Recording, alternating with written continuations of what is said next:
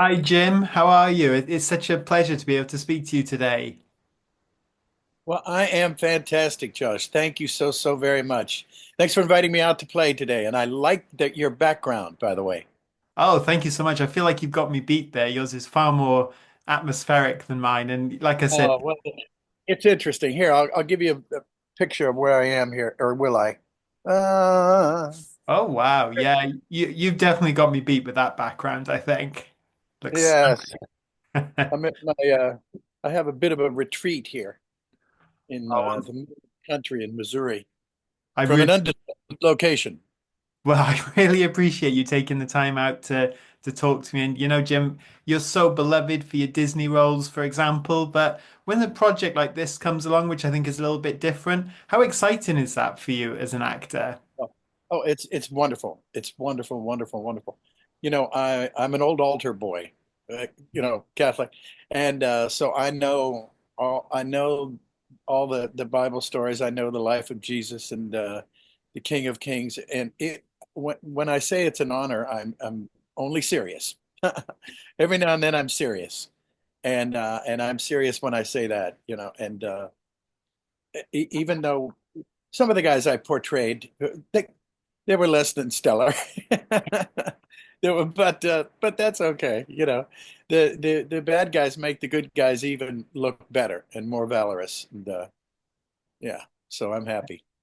For sure, and you do take on, as you say, quite an interesting variety of roles here, like the Pharisee, who obviously doubts Jesus, he plots against him. Very much, you could say, one of the villains of the piece. So to play a character like that in a story this epic and this obviously beloved by so many, how do you even go about approaching something like that?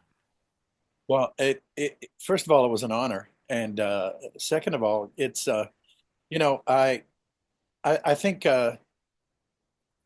part of the valor of being a hero is going up against someone, a villain that is quite powerful. And Jesus had some serious villains to contend with. And and then you look at the cast. Oh my gosh, Forrest Whitaker.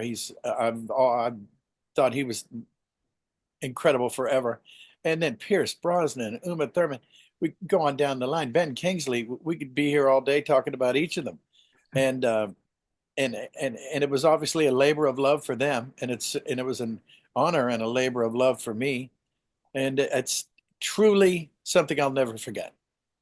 Oh, that's just amazing to hear. And you are such a being able to take on multiple roles. You get to play so many important parts in this story and in Jesus's story. So, what does that mean to you to come into a project like this and get to put your spin not just on the one character, like some of those other actors you mentioned, but to take on multiple roles and get to play, as I said, such a huge part of this story? Yes, well, it was wonderful because I can see that in the past I've had my friends, my family say they'll go and see a movie or they'll go and see a cartoon. Oh, there he is. Oh wait, that's Dad. Oh, I think that was him. And it's nice to perpetuate that. It's a nice little tradition.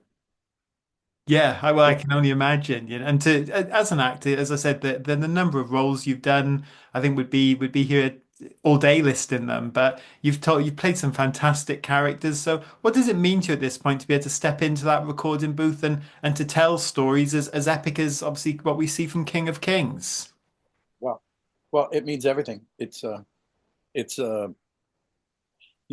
this point in my career, I played so many wonderful characters, and being Winnie the Pooh, everybody's favorite little bear, and Tigger, of course, the bounciest Tigger on the block. You know, I'm I at this point in my life, I'm used to not used to, but I'm accustomed to having people come up, like at a convention or a conference or what have you. People come up and they'll be crying. You got me through so many tough times. You got me through, the death of my grandma. Things that just crush your heart. And now to get involved in something like this at this point, uh, someone telling the story of someone who got us all through everything. It gives me, I'm a little goosebumpy. quite honestly. It gives me goosebumps. Um, I have no problem admitting that. So, No, that's an incredible thing to hear, as I said, for someone who has had such an extraordinary career. And I'm so glad that you brought up Winnie the Pooh and Tigger because, my wife and I, we both grew up as fans of Disney. Now with the adults who are going to the Disney parks, where obviously the oh yeah, characters you played have a huge presence. I mean, like you said, it must be amazing to have that legacy and to play a character through such a long time and to affect people so much. yeah. Well, thank you for that. It's funny. We were talking just the other day, and I realized that, at my age, I've been Winnie the Pooh for most of my life. Wow. I'll take it. I'll take it. It's like I say, it's an honor. I feel like I'm sort of a torchbearer, if you will. Yeah. And it was amazing as well. I think a very underrated film, Christopher Robin. I remember seeing that a few years ago now. It must have been wonderful to bring Winnie the Oh, Pooh into live action too. oh my gosh. Well, I remember when we were working on it, and the cast is so great. Brad Garrett's amazing, and Ewan and Haley. I mean, oh my goodness. It's a wish list. And it's funny, I went to the premiere and I remember, taking my kids and my wife, and we're all enjoying ourselves. And it's funny because I teared up, and I got a little dewy, and it's not like I didn't know what was going to happen. It's not like I wasn't forewarned. I knew what was going on, but prior to seeing it, but just seeing it come to life in that way was it was magical. It was magical for me, and to almost to the person, everybody that has congratulated me, or asked me to speak on it, or whatever. They've all gotten a bit misty, and I realize that the power of certain characters, and I think Pooh, the whole Hundred Acre Wood gang, if you will, Yeah. I think they're singular in that what happens is, you're standing there talking to a 40-year-old grown man, or 50-year-old woman, doesn't matter. And all of a sudden they're five. Yeah. They're 5 years. And that's a blessed journey. That's a sweet, sweet journey for anybody. And to be able to bring that to people, to evoke that emotion, it's just wonderful. I'm honored. Wow. Yeah, I can only imagine. As I said, I think that's a very special film. I think people are only going to come to love more and more as they discover it, especially as they grow older, because who can't, relate to that story? And yeah, just really fantastic role for you. And another, actually, one of my favorites of yours is obviously you've done some work in Star Wars with Hondo. Um, Oh yeah. it's another Thank you. character with a fantastic presence in the theme parks. Love that Smuggler's Run ride, but Oh good. Have you been? yeah, a few times now, and all Oh with that good. pre-show is just the best. Yes, yes, yes. Gosh, we worked on that for the longest time. I remember it was so funny because of course this is years ago. Disney called me in and they said, "Well, we'd like to call you down to Glendale to our facility, and it's where they work on it. It's called the Imagineering, where they do the Imagineering, and that's the cross between imagination and engineering when they meet, and out comes some Disney extravaganza."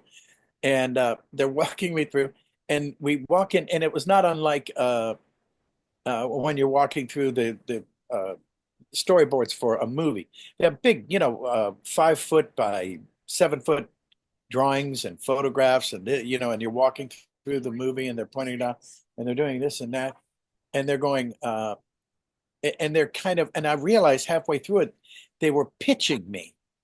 They were saying, and then what we could do is this, and then perhaps Hondo would do this, and then we thought it'd be nice. I don't know. What do you think, Jim? And blah blah blah, and they go, and so what do you think? And I said, I think it's amazing. They go, so would this be something you'd be interested in? And I said, try and stop me. Are you kidding? What? Are you? And it's like you're pitching me? Are you kidding? If I thought it up, I'd be pitching you. it's only the most astonishing ride. It really is the best ride I've ever been on. There's two Star Wars rides: the Rise of the Resistance and Smuggler's Run, and they're literally right next to each other at Disneyland, Disney World. And my goodness, if you've ever been, and folks, if you're out there, it's worth it just to go to see this. Guess what? They have the Millennium Falcon life size. You're on the Millennium Falcon. Come on. What do you want? You know, Yeah, I mean, it gives me, again, goosebumps. And I'm getting cold out here. But all these goosebumps. But yeah, I'm just so proud of it, and I can't recommend it enough. Bring the kids 8 to 80, all that.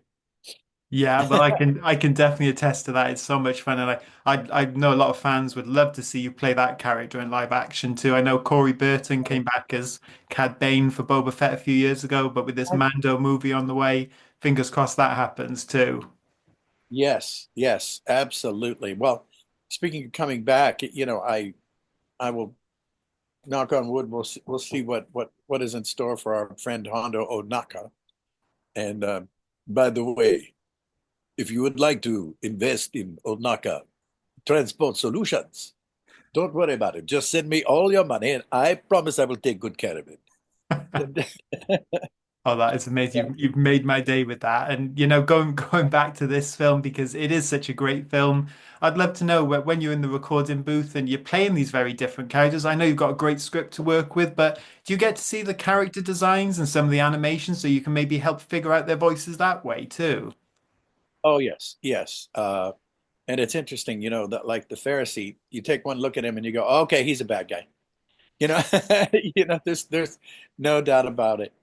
And I just thought everybody was just amazing.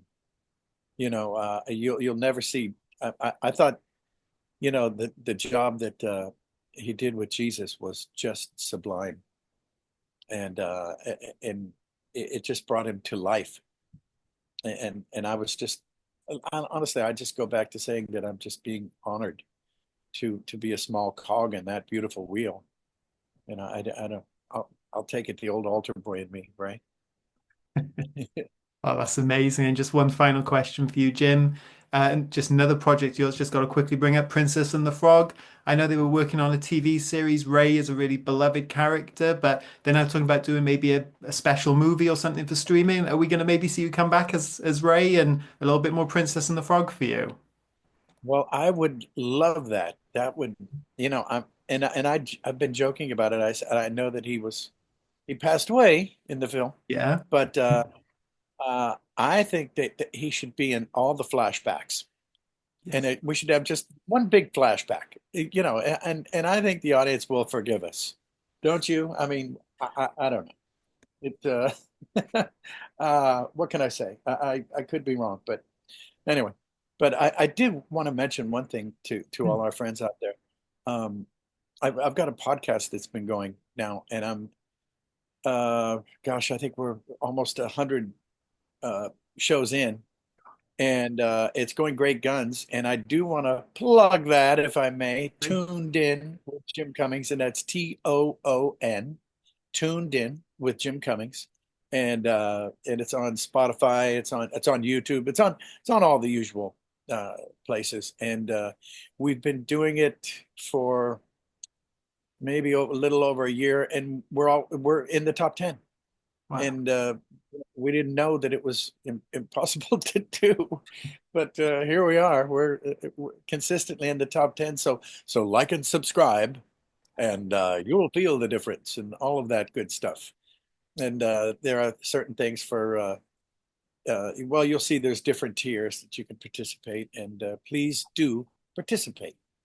And so there you go. I want to make sure that I got that in there.